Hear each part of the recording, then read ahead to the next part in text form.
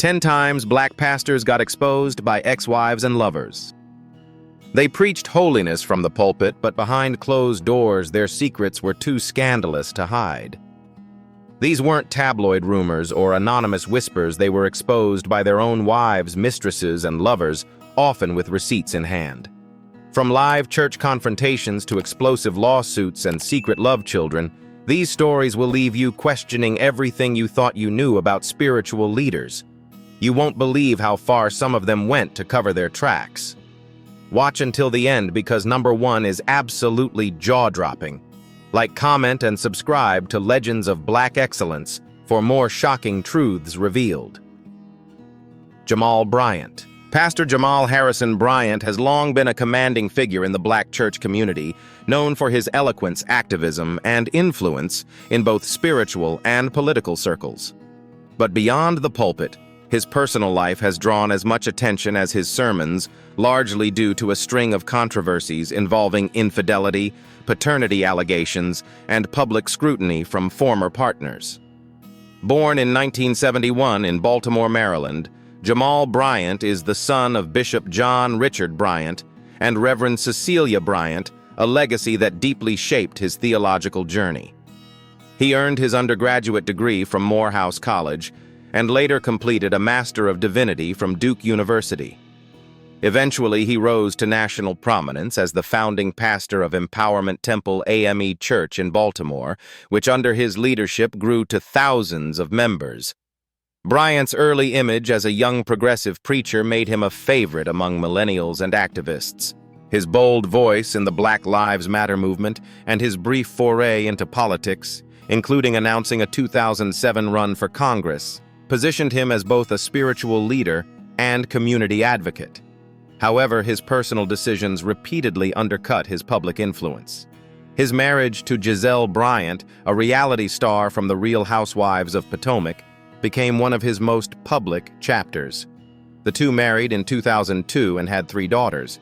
However, their union collapsed in 2009 after Giselle discovered he had been unfaithful.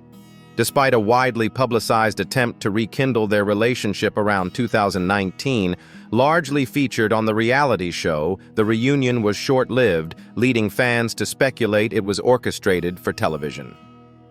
In a podcast interview in 2023, Jamal admitted that his infidelity was the sole reason their marriage ended. "I am divorced because I cheated." In 2024, Bryant married Dr. Carrie Turner. Yet peace was fleeting. Just months into the new marriage, Los Angeles-based masseuse LaToya Shawnee publicly claimed that she had a child with the pastor, urging him to take responsibility. Bryant neither confirmed nor denied the allegation, but asked his followers to keep him in prayer. The church community buzzed with mixed reactions, some praising his transparency, others decrying a pattern of repeated moral lapses. He later revealed that his first true attempt at monogamy was through marriage and admitted to struggling with commitment due to unresolved emotional issues. "I risked my family for someone I didn't even want to be with." He confessed an admission that sparked further conversations about accountability, repentance, and spiritual leadership in modern churches. Despite his flaws, Jamal Bryant remains one of the most influential preachers in America. His sermons continue to draw massive audiences, and his social media platforms command hundreds of thousands of followers. For some, his openness about his mistakes is refreshing. For others, it's not enough. But it raises a question we must all wrestle with. Can a man of God still lead if his personal life repeatedly betrays the principles he preaches? Or is there a point where charisma can no longer cover character flaws? Ricky Scott. Pastor Ricky Scott's fall from grace is a vivid example of how personal indiscretions can erupt into public disasters, especially when they unfold inside sacred spaces. As the senior pastor of East St. Peter's Missionary Baptist Church in Abbeville, Mississippi, Scott once held the trust of his congregation. But that trust would be shattered in one of the most dramatic church scandals to go viral in recent memory. The year was 2024. During what should have been a normal Sunday service, the sanctuary turned into the scene of a shocking confrontation.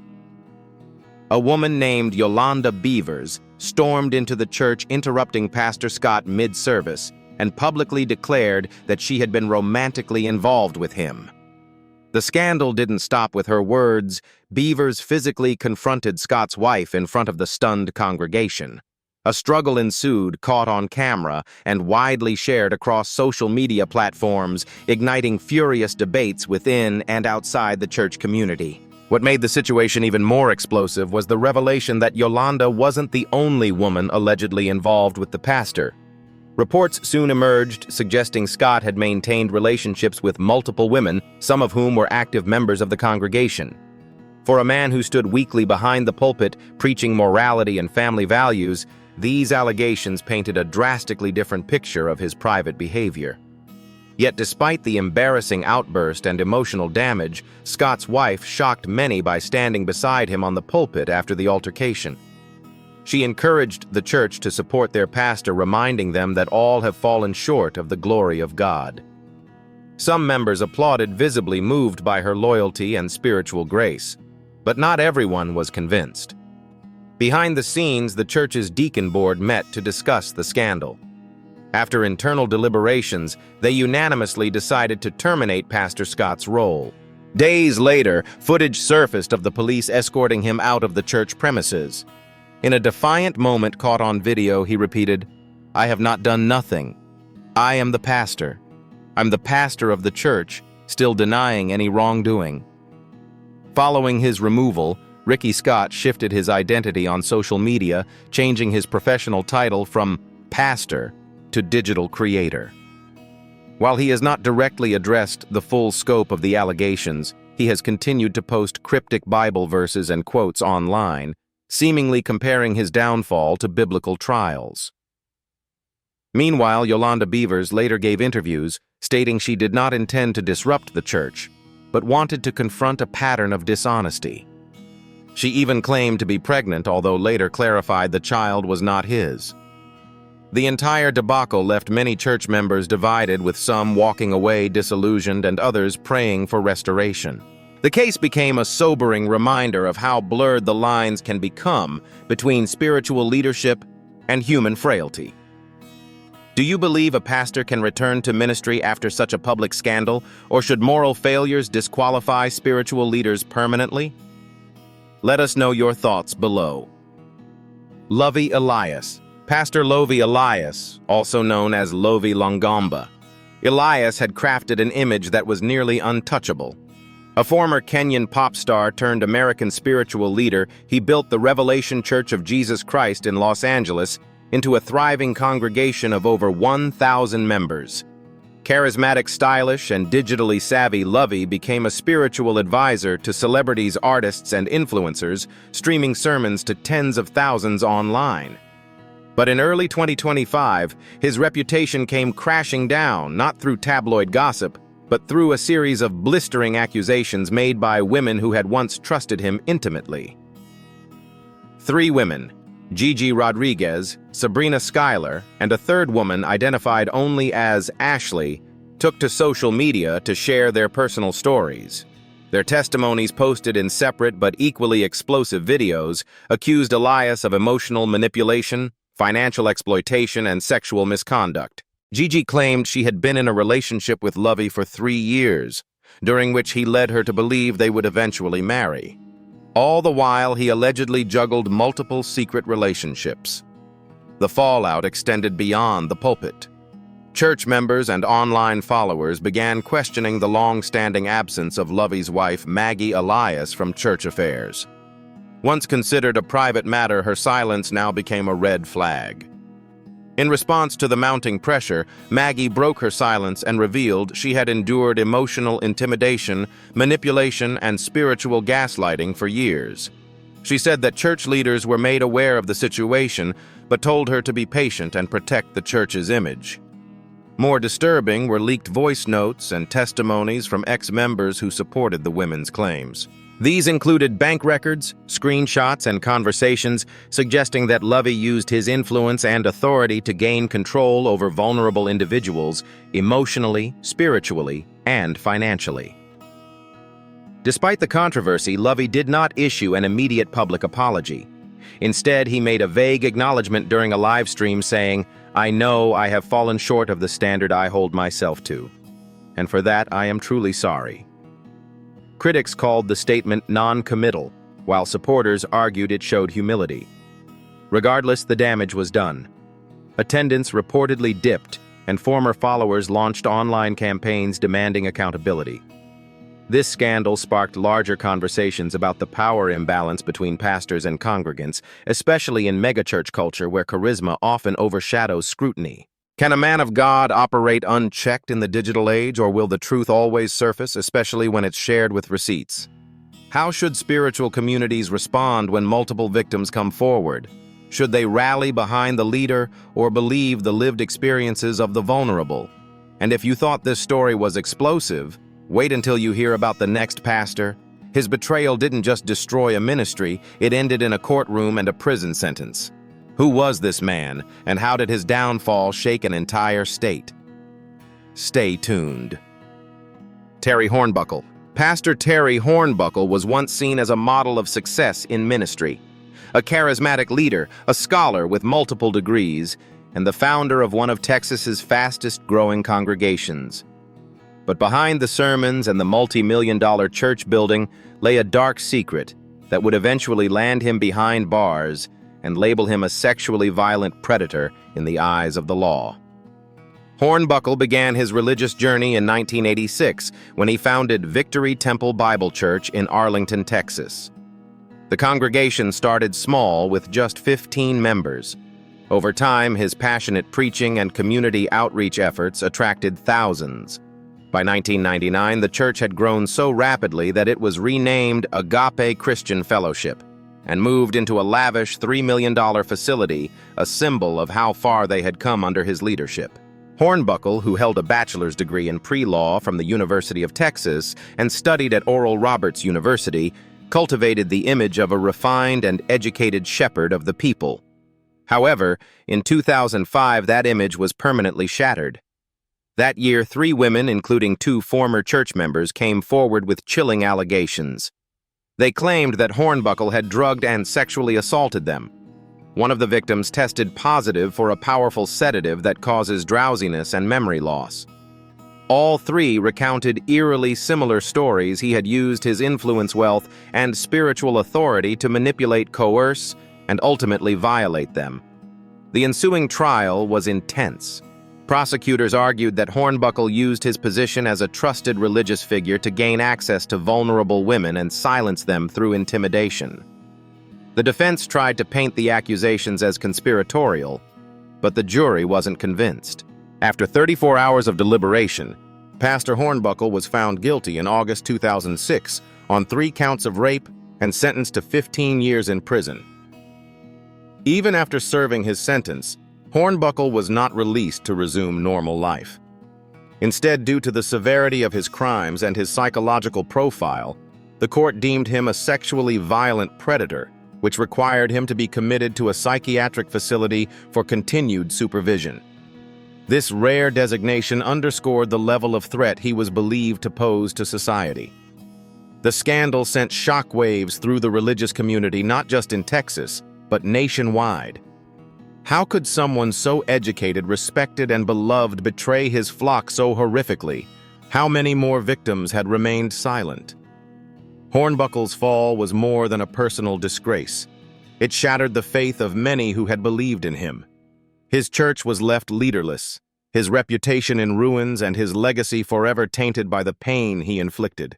Should spiritual leaders who commit crimes ever be given a second chance, or are some betrayals too deep to forgive? What do you believe is justice in a case like this? Apostle Joshua Suleiman. Apostle Johnson Suleiman, the charismatic founder and general overseer of Omega Fire Ministries International, built a name as one of Nigeria's most influential televangelists. Known for his fiery sermons, alleged miracle healings, and global evangelical reach, Suleiman enjoyed massive support from his followers across Africa, Europe, and North America. But beneath the spiritual persona, a storm of controversy was brewing, one that would eventually erupt across 3 countries, involve a barrage of explicit allegations, and nearly dismantle his empire. The catalyst came in 2017, when Stephanie Otobo, a Canada-based Nigerian singer, publicly accused Suleiman of engaging in a long-term sexual relationship with her under the guise of spiritual mentorship. She filed a $5 million lawsuit claiming breach of trust, emotional abuse, sexual assault, forced abortion, and even attempted poisoning. According to her, the two met in 2015 while she sought spiritual guidance during a personal crisis. Instead, she alleged Suleiman groomed her into a secret relationship that included intimate encounters in Nigeria, the US, and Italy. Otobo's claims were explosive. She said she became pregnant by the pastor and was later given an herbal concoction that resulted in a miscarriage. She detailed incidents of emotional manipulation, coercion into unconventional sexual acts, and threats when she attempted to pull away. She released screenshots of chats, photos, and even claimed to have a video recording as proof. Her most provocative challenge came when she dared Suleiman to publicly show parts of his body she claimed to have seen, intimately details she insisted only a true partner would know. Suleiman vehemently denied the allegations. He labeled them as blackmail, claiming Otobo was part of a wider conspiracy to bring him down, orchestrated by political enemies unhappy with his criticisms of the Nigerian government. His wife, Dr. Lizzie Suleiman, publicly defended him, calling the photos and claims photoshopped and fabricated. But the scandal didn't end there. In 2022, Otobo resurfaced with new evidence, reigniting the controversy. This time, she posted explicit photos allegedly of the pastor, screenshots of alleged video calls, and renewed her demands for justice. The resurfaced evidence fueled online debates, dividing the public. Many questioned why she would keep the photos if her claims weren't valid, while Suleiman's defenders called it a targeted smear campaign. Beyond Otobo, several other women have come forward over the years with lesser-known accusations of misconduct, though none as high-profile or extensively documented. Suleiman has managed to maintain his leadership position throughout, continuing to host crusades and broadcasts, though his image has been undeniably tarnished. This international scandal exposed not just personal failings, but a deep pattern of power imbalance, spiritual manipulation, and the blurred lines between charisma and control in modern evangelical culture. Should a pastor accused so publicly and persistently remain in leadership, especially when evidence keeps resurfacing? And can a global ministry survive repeated storms without accountability? Chris Hill. Pastor Chris Hill was once seen as the golden heir to Bishop T.D. Jakes, a rising star in the world of megachurch leadership. As the senior pastor of the Potter's House Church of Denver Hill was admired for his passionate sermons, youthful energy, and perceived spiritual maturity. But beneath the surface of public admiration, a secret affair was brewing, one that would be uncovered not by tabloids, but by the woman who stood beside him in both ministry and marriage. The breaking point came in 2016, just months after Hill and his wife Joy Hill had attended the wedding of a church staff member named Shernay, a woman who had long been considered close to the pastor and his family. She had just married her best friend Arthur McFarland III, and the Hills were there to offer their blessings. But within weeks, Joy Hill began suspecting that her husband was having an affair and that Shernay was not just a goddaughter to Chris, as she was often introduced. Joy hired a private investigator, and what she uncovered devastated her. For 6 weeks, the PI trailed Pastor Hill and gathered evidence that confirmed her suspicions. When she confronted him, he admitted to the affair, an extramarital relationship with a married woman who had only recently taken her own vows. Joy was stunned. According to her, she was not only betrayed as a wife, but also manipulated and silenced as a woman of faith expected to maintain composure. Frustrated and heartbroken, she took action.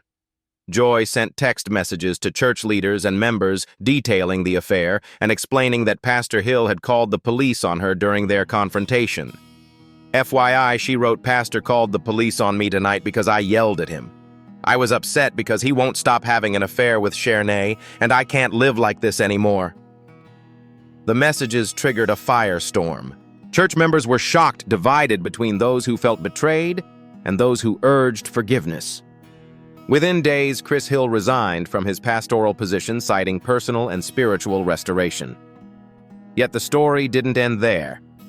In a surprising twist, Bishop T.D. Jakes Hill's mentor and spiritual father stepped in just 3 months later and reinstated him into ministry. This move raised eyebrows and sparked debate over accountability, power dynamics, and the ways prominent pastors are often shielded from long-term consequences. For many, the scandal was more than just a personal matter. It was a symbol of what happens when unchecked power meets emotional vulnerability. Joy Hill, who had served beside her husband in ministry for years, became a reluctant voice for transparency, showing that even women closest to the pulpit can be sacrificed in the name of image. Pastor Chris Hill's reputation never fully recovered, even though he continues to preach in smaller circles. His story remains a cautionary tale about betrayal power and the silence often demanded of those who know the truth. Chris Oyakhilome. Pastor Chris Oyakhilome is one of the most recognized televangelists in Africa and beyond. As the founder and president of Love World Incorporated, popularly known as Christ Embassy, his influence extends across continents with millions of followers tuning into his broadcasts and packing arenas for his crusades. Known for his smooth delivery healing crusades and spiritual charisma, Pastor Chris built an empire. But behind the global stage, his personal life unraveled, revealing a story not of miracles, but of a marriage destroyed by allegations of adultery and irreconcilable behavior. Born in 1963 in Edo State, Nigeria, Chris Oyakhilome began his journey in ministry as a young student at Bendel State University, where he studied architecture.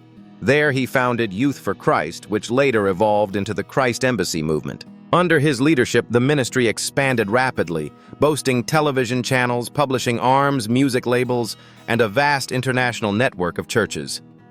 But it was his marriage to Pastor Anita Oyakhilome, with whom he had 2 daughters, that many saw as a spiritual partnership in ministry. She played a prominent role, especially leading services in the United Kingdom where the church had a strong presence. However, beginning in 2013, followers began noticing Anita's sudden absence from public ministry events and leadership roles. Her photos and name were quietly removed from official church websites and publications. This sparked rumors across Christ Embassy communities, with speculation ranging from personal health issues to marital strife. Then came the bombshell in April 2014. Anita filed for divorce in a London court citing unreasonable behavior and adultery. While the exact details of the court proceedings remained private, the fallout was very public. Many loyal members were stunned that a couple seen as a beacon of faith and unity could face such a breakdown. The church's leadership attempted to downplay the scandal, but the questions wouldn't stop. Why had Anita been scrubbed from church history? Why wasn't the congregation informed directly? And most importantly, what did this mean for a church that preached the importance of family and marital fidelity? Pastor Chris responded by denying the adultery claims and implying that Anita had been influenced by outside forces trying to divide their union. He claimed she no longer aligned with the vision of the ministry and suggested that her departure was spiritual rather than personal. In 2016, the divorce was finalized, effectively ending their decades-long marriage. Since then, Pastor Chris has continued leading Love World without publicly acknowledging Anita's role in building the ministry's foundation. Despite the controversy, his influence remains strong. His sermons continue to draw massive online audiences, and he still commands loyalty from millions of believers worldwide. Yet the story left lingering questions not just about the collapse of a marriage, but about how ministries handle personal scandals, especially when one partner is quietly erased from the narrative.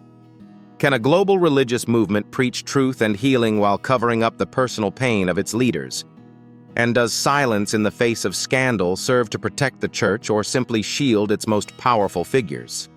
Eddie Long. For decades, Bishop Eddie Long stood as one of the most prominent and powerful figures in the American Black church. As the senior pastor of New Birth Missionary Baptist Church in Lithonia, Georgia, he built a megachurch empire that drew over 25,000 members at its peak. With a voice that could electrify stadiums and a presence that commanded reverence, Long was seen as a spiritual father to many and a symbol of Black evangelical success. But in 2010, his reputation crumbled when a series of devastating accusations emerged, not from enemies, but from 5 young men who claimed their spiritual leader had manipulated and abused them. Long began leading New Birth in 1987, transforming it from a modest congregation into a national religious powerhouse. He was admired for his philanthropic work, mentorship of aspiring leaders, and unapologetic sermons on morality, family, and masculinity. He even made headlines for mentoring celebrities and engaging in political activism, aligning himself with conservative Christian values and often preaching against homosexuality. So when Maurice Robinson, Anthony Flagg, Jamal Paris, Spencer Legrand, and later Santino Kemp came forward in 2010 alleging Long had coerced them into sexual relationships while they were teens, the shock was seismic. The men stated that the pastor used his position, wealth, and spiritual influence to groom them. They alleged he lavished them with gifts, cars, international trips, and housing while engaging in sexually inappropriate conduct behind the scenes. The scandal gained national attention especially because it contrasted so sharply with Long's public condemnation of homosexuality and his image as a moral leader. His accusers said they saw him as a father figure and were spiritually vulnerable when the abuse began. One accuser, Jamal Paris, told reporters, "You can't wipe off the smell of a man from your skin who claimed to love you in the name of God." Eddie Long denied the accusations, telling his congregation, "I am not the man that's being portrayed on TV. I've never in my life portrayed myself as a perfect man, but I am not guilty of these allegations." Despite his denial, he chose not to go to trial. In May 2011, the lawsuits were settled out of court reportedly for millions of dollars, though exact figures were never officially disclosed. In addition to the sexual abuse scandal, Long was also investigated in 2007 by the U.S. Senate Finance Committee, which probed 6 prominent pastors for financial misconduct. He was accused of misusing church funds, with reports suggesting he had received over $3 million from his nonprofit charity. While no criminal charges were filed, the scrutiny added further damage to his public image. Bishop Eddie Long passed away in January 2017 at the age of 63 following a battle with an aggressive form of cancer. His death was mourned by many, but his legacy remains deeply complicated. For some, he was a man of God who fell into moral failure. For others, he was a predator who never faced true justice. In cases like Eddie Long's, can death close the chapter on accountability, or should a leader's legacy forever carry the weight of unresolved harm? Charles H. Ellis III. Bishop Charles H. Ellis III once stood as a symbol of generational faith leadership. As the longtime pastor of Greater Grace Temple in Detroit, Michigan, he inherited the pulpit from his father and transformed the church into a vibrant spiritual and civic institution. But in 2018, Bishop Ellis's global reputation took a dramatic hit, not because of theology or finances, but because of a single inappropriate moment on national television. That moment would open the floodgates to deeper revelations, including a long-hidden affair that painted a more troubling picture of the man behind the cloth. The controversy began during the funeral of legendary singer Aretha Franklin, an event broadcast to millions around the world. Bishop Ellis, who was officiating, invited pop star Ariana Grande to the stage after her performance. Cameras captured him placing his arm around her in a manner many deemed inappropriate, his hand noticeably pressing against her chest as he smiled and joked about her name sounding like a Taco Bell menu item. The discomfort on Grande's face was clear, and social media erupted. Viewers, including activists and fellow ministers, called the moment sexual harassment on live TV. Under pressure, Bishop Ellis issued an apology claiming he didn't intend to make the singer uncomfortable. "It would never be my intention to touch any woman's breast. I don't know. I guess I put my arm around her," he said. The apology did little to quell the criticism. For many, it revealed a deeper issue of how power and informality can mask boundary violations even in sacred spaces. But that incident was only the surface. In 2025, a woman named Melody Walker, a former member of Ellis's church, took to TikTok to reveal that she had engaged in a secret affair with the bishop for over 16 years, beginning in 2002 when she was just 22 years old, and he was 47. According to Melody, Ellis used his spiritual position to emotionally manipulate her during a vulnerable time in her life. She described feeling broken, financially unstable, and in need of guidance when the relationship began. What she received, she said, was not mentorship, but exploitation disguised as benevolence. Melody shared that Ellis had put his name on her bank account, provided her with money, and continually blurred the lines between friendship, pastoral care, and romance. She claimed the relationship left her emotionally scarred. Though her TikTok videos were eventually deleted, they went viral and stirred public debate about clergy abuse of power and the long-term emotional toll such relationships can have on younger congregants. In response, Bishop Ellis acknowledged the affair but downplayed the details, calling some of her claims exaggerated or false. He confirmed that the relationship was inappropriate, stated he had sought counseling, and noted that his bishop had addressed the matter internally. Despite being married for over 37 years, Ellis did not step down and continued preaching. The dual controversies, one caught on live TV, the other emerging years later, have permanently altered Ellis's image. Once revered as a legacy pastor, he now carries the weight of scandal and lost trust. Can a spiritual leader continue to serve after admitting to years of misconduct? Or does repentance require stepping away from the pulpit to protect the integrity of the ministry? David E. Taylor. Pastor David E. Taylor rose to prominence as the flamboyant leader of Kingdom of God Global Church, also known as Kingdom Family Church, based in Taylor, Michigan. With his dramatic sermons, claims of face-to-face encounters with Jesus, and promises of healing and miracles, Taylor attracted a massive following across the U.S. and beyond. But behind the smoke machines and thunderous preaching, a trail of ex-wives, mistresses, financial scandals, and abuse allegations would leave his ministry in ruins and his reputation in tatters. The first major red flag surfaced in 2015 when Taylor appeared in a now viral deposition video during a legal inquiry into the ministry's finances.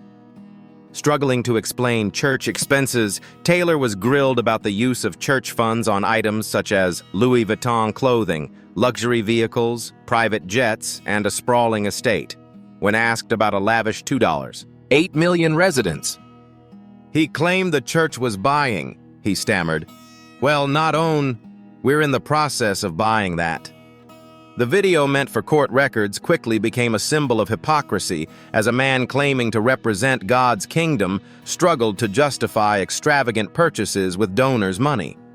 But the financial scandal was only the beginning. In the years that followed, multiple women, including Taylor's ex-wife Tabitha Taylor and gospel singer Vicki Yohe, came forward with serious accusations. Tabitha claimed that Taylor used his spiritual authority to manipulate women into sexual relationships, many of whom were members of his church. She revealed that she became pregnant before their marriage and was pressured into silence for the sake of the ministry's image. Vicki Yohe, once a supporter of Taylor's ministry, recounted being groomed and emotionally controlled by the pastor. She claimed he lured women by offering luxury and spiritual mentorship, only to entangle them in emotionally abusive relationships masked as divine connections. Vicki publicly broke ties with Taylor, warning other women to run. More damning were the testimonies of former church staff and members, including Chris Sorensen, Bill Hody, and Lisa Hody, who exposed the internal culture of the ministry. According to them, workers were denied food and sleep, manipulated into bringing in more tithes and donations, and forced to participate in Taylor's elaborate productions. Some even described the church environment as cult-like, where questioning Taylor's authority was viewed as rebellion against God himself. Despite overwhelming criticism and mounting legal and personal scandals, David E. Taylor remains active in ministry. He continues hosting services and sharing prophecies, defending himself as a victim of persecution. His followers, many of whom believe he is a modern-day prophet, have remained loyal even as his critics demand justice and accountability. Taylor's case illustrates a chilling pattern: how unchecked spiritual authority, emotional manipulation, and financial exploitation can create a toxic blend behind closed church doors. Should churches be more transparent in holding their leaders accountable? And how many more victims must come forward before blind faith turns into critical action? The stories of these 10 pastors serve as a sobering reminder that titles and pulpits don't always reflect true character. From public confessions to courtroom convictions, each case reveals how trust can be shattered from within, not by outsiders, but by those closest to them. As viewers, we must ask ourselves, can redemption exist without accountability? Should charisma ever outweigh character in spiritual leadership? Let us know what you think in the comments. Don't forget to like, share, and subscribe to Legends of Black Excellence for more eye-opening stories you won't see anywhere else.